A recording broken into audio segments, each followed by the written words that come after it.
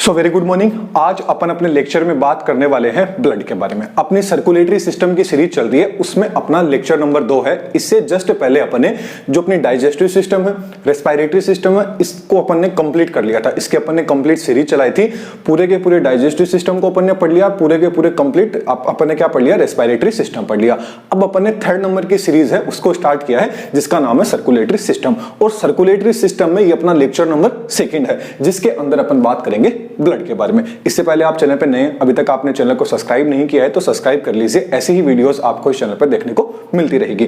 तो बात कर लेते हैं अपन ब्लड के बारे में। तो ब्लड से रिलेटेड किस तरह के क्वेश्चंस आपसे पूछे जा सकते हैं, इनको डिस्कस करेंगे। एग्जाम की थ्योरी के अंदर आपको ब्लड से रिलेटेड क्या क्या चीजें लिख के आनी है, इस चीज को अपन डिस्कस में बात कर लेंगे।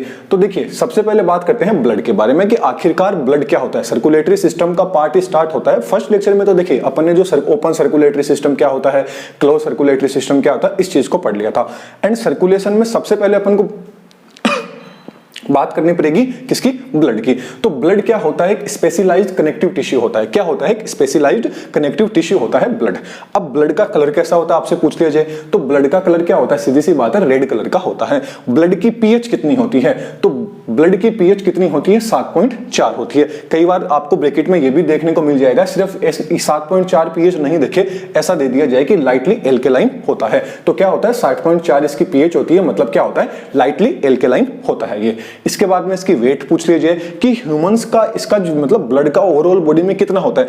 तो मान लीजिए किसी आदमी का 60 किलो वजन है, तो उसका मान लीजिए 7 से 8% तक उसकी जो भी उसका वेट होगा, उसका वजन है, वो सिर्फ उसके ब्लड का है। मतलब मान लीजिए कोई आदमी है, मान लीजिए किसी को भी आप मान लीजिए उसकी उम्र है, मतलब उसके अंदर कंप्लीट ही वेट 60 है, मतलब 60 किलो का है, तो उस 60 में से लेके 7 से 8 किलो तक का जो वेट होगा उसका, वो कितना रहेगा, आपका ब्लड का रहेगा। इसके बाद में अपन वॉल्यूम की बात कर लें कि किसके अंदर कितना ब्लड प्रेजेंट रहता है। तो मेल एंड फीमेल के अंदर जो ब्लड होता है वो अलग अलग देखने को मिलता है। तो मेल के अंदर अपन ब्लड की बात करें कितना होता है, तो 5 से 6 लीटर तक क्या होता है, मेल के अंदर ब्लड होता है, वो आपको देखने को मिलेगा। फीमेल की बात करें तो फीमेल के अंदर क्या होता है, ऑलमोस्ट 4 से 5 लीटर जो ब्लड होता है वो किसके अंदर देखने को मिलेगा, आपको फीमेल के अंदर देखने को मिलेगा। इस तरह के क्वेश्चन पूछ लिए जाते हैं। इसके बाद में आपसे पूछ लीजिए कि जो ब्लड की अपन स्टडी करते हैं इसको क्या बोलते हैं, तो इसको बोलते हैं हीमेटोलॉजी। क्या बोला जाता है, इसको हीमेटोलॉजी बोला जाता है। ठीक ऐसे ही फिर आपसे पूछ लिया जाए कि जो ब्लड का फॉर्मेशन होता है उसकी प्रोसेस को अपन क्या बोलते हैं, तो इसको बोला जाता है होम्योपोइसिस। क्या बोला जाता है, होम्योपोइसिस। इस प्रोसेस को बोला जाता है, ब्लड के फॉर्मेशन की जो प्रोसेस होता है इसको होम्योपोइसिस बोला जाता है। और ब्लड का मतलब ये पूरी की पूरी प्रोसेस होती है, ये कहां होती है, ये आपकी होती है बोन मेरो के अंदर। किसमें होती है, रेड बोन मेरो के अंदर आपकी कंप्लीट है ये प्रोसेस होती है। तो चलिए अब अपन बात कर लेते हैं जो अपना ब्लड है, ये ब्लड किससे मिलके बना होता है, कि ब्लड के अंदर और क्या क्या चीज, जब अपन ने ब्लड को अच्छे से गौर से देखा तो उसके अंदर 2 आपको चीज देखने को मिली। एक तो आपको देखने को मिला प्लाज्मा, एक देखने को मिले फॉर्म एलिमेंट्स। इसे 2 तरह की चीज है वो आपको देखने को मिली। तो जो प्लाज्मा था, प्लाज्मा के अंदर क्या था कि प्लाज्मा क्या होता है, जो आपका ब्लड होता है, ब्लड का एक तरह का मैट्रिक्स होता है। मतलब ये कैसे होता है, येलो येलो कलर का होता है, देखने में कैसा होता है, येलो कलर का। तो आपसे पूछ लीजिए कि प्लाज्मा, जो आपका प्लाज्मा है, इसका कलर कैसा होता है, तो इसका कलर कैसा होता है, लाइट येलो इसका कलर होता है। और ओवरऑल जो ब्लड रहता है आपका, उसमें 55% जो योगदान रहता है, पार्ट होता है, वो क्या होता है, आपका प्लाज्मा होता है। बाकी का क्या होते हैं, आपके फॉर्म एल्डिहाइड। तो फॉर्म एल्डिहाइड कितने होते हैं आपके, जो सॉरी ये अपन केमिस्ट्री में घुस गए, तो फॉर्म जो एलिमेंट्स हैं वो आपके क्या होते हैं, 45% होते हैं। तो कंप्लीट जो ब्लड है इसका जो 55% पार्ट है वो तो कौन होता है, प्लाज्मा होता है। एंड आपका जो 45-45% पार्ट है वो कौन से होते हैं, फॉर्म एलिमेंट्स होते हैं। मतलब एलिमेंट्स होते हैं, उसके अंदर एलिमेंट्स कौन कौन से हो गए, जैसे आपकी आरबीसी हो गई, डब्ल्यूबीसी होगी, प्लेटलेट्स होगी। ये अपन बोल सकते हैं क्या होती है, ब्लड सेल्स होती है। तो ब्लड सेल कौन कौन सी होगी, प्लाज्मा प्लस ब्लड सेल्स भी बोल सकते हैं अपन। तो आप क्या हो गया, आरबीसी, डब्ल्यूबीसी एंड प्लेटलेट्स इसके अंदर प्रेजेंट होती है। साथ में जो आपकी प्लाज्मा रहती है ना, ये प्लाज्मा क्या होती है, किससे सिक्रेट की जाती है, आपकी प्लाज्मा होती है, सिक्रेट होती है लीवर के द्वारा। किसके द्वारा सिक्रेट की जाती है, लीवर के द्वारा। अब जब अपन ने प्लाज्मा को ब्लड के अंदर से भी अलग कर लिया, अपन ने ब्लड को गौर से देखा तो उसके अंदर 2 अपन को चीज देखने को मिलेगी। एक तो प्लाज्मा देखने को मिलेगा एंड साथ में कुछ ब्लड सेल्स थी, जैसे आरबीसी, डब्ल्यूबीसी, प्लेटलेट्स। लेकिन जब अपन ने प्लाज्मा को ब्लड से अलग किया और प्लाज्मा की और अपन ने स्टडी की, तो अपन ने देखा कि जो प्लाज्मा थी इसके अंदर आपको water, protein,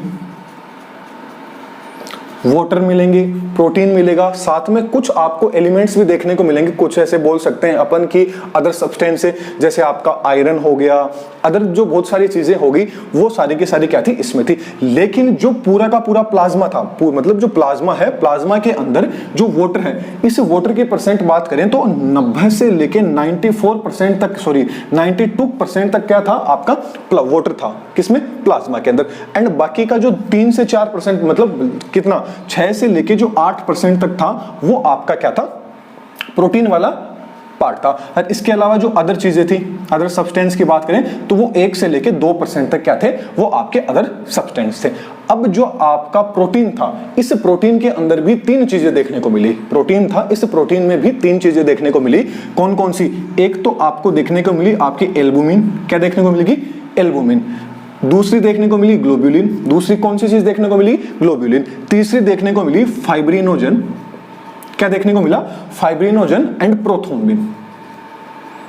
fibrinogen and prothrombin देखने को मिले, लेकिन ये दोनों क्या थे, इनएक्टिव फॉर्म में थे। कैसे थे, इनएक्टिव फॉर्म में थे। तो इनको अपन डिटेल के अंदर अगला जो अपना लेक्चर रहेगा, प्लाज्मा का अपन पूरा का पूरा पार्ट लेके आएंगे और ब्लड की जगह क्या लिख देंगे, प्लाज्मा लिख देंगे। फिर अपन प्लाज्मा को डिटेल में पढ़ेंगे कि जो प्रोटीन्स थे इसके अंदर एल्बुमिन का क्या काम रहता है, ग्लोब्यूलिन का क्या रहता है, जो आपका प्रोथ्रोम्बिन है इसका काम क्या रहता है, फाइब्रिनोजन है इसका काम क्या रहता है। उसके जस्ट बाद में अपन जो ब्लड सेल्स हैं उनकी बात करेंगे वन बाय वन।